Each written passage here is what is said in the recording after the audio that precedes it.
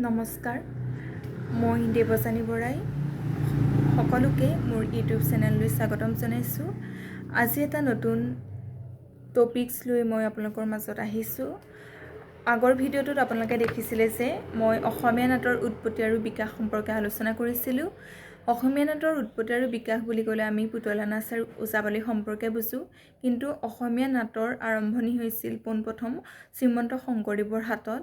গতিকে মই আজি শ্ৰীমন্ত শংকৰদেৱৰ নাটৰ বিষয়ে আপোনালোকৰ মাজত আলোচনা কৰিব বিচাৰিছোঁ। চৰিত পুথিৰ বিৱৰণ অনুসৰি শংকৰদেৱৰ 6খন নাটক আছে, কিন্তু 6খন নাটকৰ পূৰ্বে চিহ্নযাত্ৰা নামৰ নাট্যাভিনয়ৰ মাজেৰে শংকৰদেৱে সকলোৰে মনত শ্ৰদ্ধা আৰু বিস্ময়ৰ সৃষ্টি কৰিছিল। কথাগুৰু চৰিত্ৰৰ মতে শংকৰদেৱৰ প্ৰথমবাৰ তীৰ্থভ্ৰমণৰ পৰা উভতি আহি এই অভিনয়ৰ আয়োজন কৰিছিল। ৰামচৰণ ঠাকুৰৰ চৰিত পুথিৰ পৰা চিহ্নযাত্ৰা অভিনয়ৰ বিস্তৃত বিৱৰণ পোৱা যায়। শংকৰদেৱে কপিলীমুখৰ কুমাৰৰ হতুৱাই খোল গহাই নতুৱা সূত্ৰধাৰ গীত-মাত শিকালে, চৌমুখা তৈয়াৰ কৰিলে, ভাওনাৰ ৰভাঘৰ আৰু চৌঘৰ নিৰ্মাণ কৰিলে আৰু অৱশেষত ৭ বৈকুণ্ঠৰ পথ অংকন কৰিলে। পাৰিষদসহ ৭ বৈকুণ্ঠৰ ৭জন ঈশ্বৰৰ প্ৰৱেশেৰেহে অভিনয় দেখুৱাইছিল। কোনো কাহিনী বা সংলাপ ইয়াত নাছিল যেন অনুমান কৰা হয়। ৰামচৰণ ঠাকুৰে চৰিত পুথিত উল্লেখ কৰিছে, বৈকুণ্ঠ নগৰ পতত লেখিয়া অংক কৰিলন্ত তাৰ, ধেমালিৰ ঘোষা প্ৰথমে লেখিলা দ্বিতীয় শ্লোক ৰচিলা, সূত্ৰ ভতিমাক গীতক কৰিয়া চিহ্ন সভে বিভাগ গিলা। অৰ্থাৎ ৰামচৰণ ঠাকুৰে চিহ্নযাত্ৰাৰ সম্পৰ্কে চৰিত পুথিত এনেদৰে উল্লেখ কৰিছে। তেওঁৰ অভিনয়ত শংকৰদেৱে পংকজবিলাস নামৰ বৈকুণ্ঠৰ বিষ্ণুৰূপে প্ৰৱেশ কৰিছিল। ইয়াৰ উপৰিও নতুৱা, পায়ন, সূত্ৰ আদি বিভিন্ন ৰূপে অভিনয়ত অংশগ্ৰহণ কৰিছিল। চৰিত পুথিত চিহ্নযাত্ৰা অভিনয়ৰ যি বিৱৰণ পোৱা যায়, তাৰ পৰা সহজে অনুমান কৰিব পাৰি যে সংলাপৰ বাহিৰে শংকৰদেৱৰ অংকীয়া শৈলী, নাটৰ আটাইবোৰ উপাদান ইয়াত আছিল। ৭ বৈকুণ্ঠ পৰিচিহ্নিত কৰি ৭জন বিষ্ণুক বেলেগে বেলেগে দেখুৱাইছিল কাৰণেই তাক চিহ্নযাত্ৰা নামাকৰণ কৰা হ'ল। আপোনালোকে সত্যেন্দ্ৰ নাথ শৰ্মাৰ অসমীয়া নাট্য সাহিত্য নামৰ যিখন গ্ৰন্থ, সেই গ্ৰন্থখনৰ পৰা সম্পূৰ্ণভাৱে চিহ্নযাত্ৰাৰ যিখিনি ব্যাখ্যা আছে আপোনালোকে তাৰ পৰা তথ্য সংগ্ৰহ কৰিব পাৰিব। চমুকৈ ক'বলৈ হ'লে শংকৰদেৱৰ 6খন নাটকৰ পূৰ্বে চিহ্নযাত্ৰা নামৰ যিটো নাট্যাভিনয়ৰ মাজেৰে শংকৰদেৱে মানৱ সমাজৰ মাজত যি আলোড়নৰ সৃষ্টি কৰিছিল, সেয়া লেখত ল'বলগীয়া।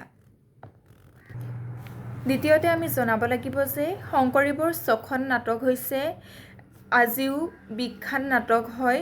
সেই নাটকেইখন হৈছে পত্নীপ্ৰসাদ, কালীয় দমন, কেলিগোপাল, ৰুক্মিণী হৰণ, পাৰিজাত হৰণ আৰু ৰামবিজয়।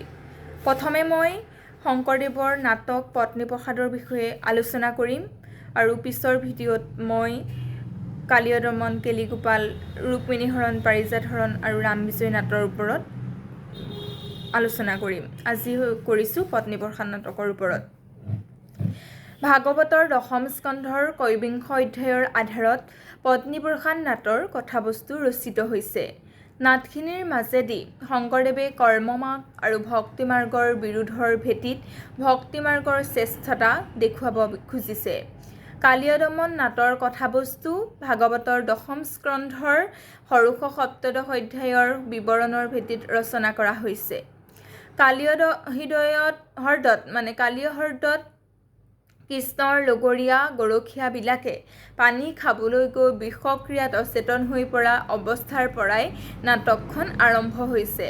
তাৰ পিছত ক্ৰমে কৃষ্ণ কালীয় হ্ৰদত নমা, সাময়িকভাৱে অচেতন অৱস্থা, তাৰ পাছত কালীয় নাগক দমন, নাগ পত্নীসকলৰ স্তুতি, কালীয় নাগক ৰমণক দ্বীপলৈ প্ৰেৰণ আৰু অৱশেষত কৃষ্ণৰ বনজুই প্ৰাণ। কৃষ্ণৰ বনজুই প্ৰাণৰ ঘটনা আচলতে কালীয় দমনৰ লগত সম্পৰ্ক থকা ঘটনা নহয়, এটা সুকীয়া ঘটনা। নাটকীয় প্ৰয়োজন নাথাকিলেও ভক্তিবাদী দৃষ্টিৰে চালে এই ঘটনা নাটখনিত তাৎপৰ্যপূৰ্ণ হৈ পৰে। কালীয় দমন নাটৰ সূত্ৰকথাত সুতকথাত প্ৰাচীন অসমীয়া বৰ্ণনাত্মক গদ্যৰ সুন্দৰ নিদৰ্শন পোৱা যায়। উদাহৰণস্বৰূপে মনুষ্য চেষ্টা দৰশী শ্ৰী গোপাল দুই দণ্ড সৰ্পক বন্ধনে পৰি ৰহল তদন্তৰে গোপ গোপী সবক পৰম বিষাদ দুখ দেখিয়ে শ্ৰীকৃষ্ণ আস্কুত কয় উৰুফাল দেখহ কালি সৰ্প পৰম চোত পাই কৃষ্ণক চাৰি উফৰি পৰল হাজাৰেক ফনা তুলি কৃষ্ণক চাই ফোফায় কোপে চক্ষু আৰকত জিহায়ে কোৱাৰি চেলেকয় নাকে মুখে ব্ৰহ্মী বৰিষয় পেখি শ্ৰীকৃষ্ণ পৰম আতুপ কালিক হাস্কুলল। গতিকে আপোনালোকে পত্নীবৰ্ষা নাটকৰ বিষয়ে এইখিনি লিখিব পাৰে। নেক্সট ভিডিঅ'ত মই অতি শীঘ্ৰেই কেলিগোপাল আৰু কালীয় দমন নাটৰ বিষয়ে আলোচনা কৰিম। আজিলৈ আহিছোঁ। Thank U.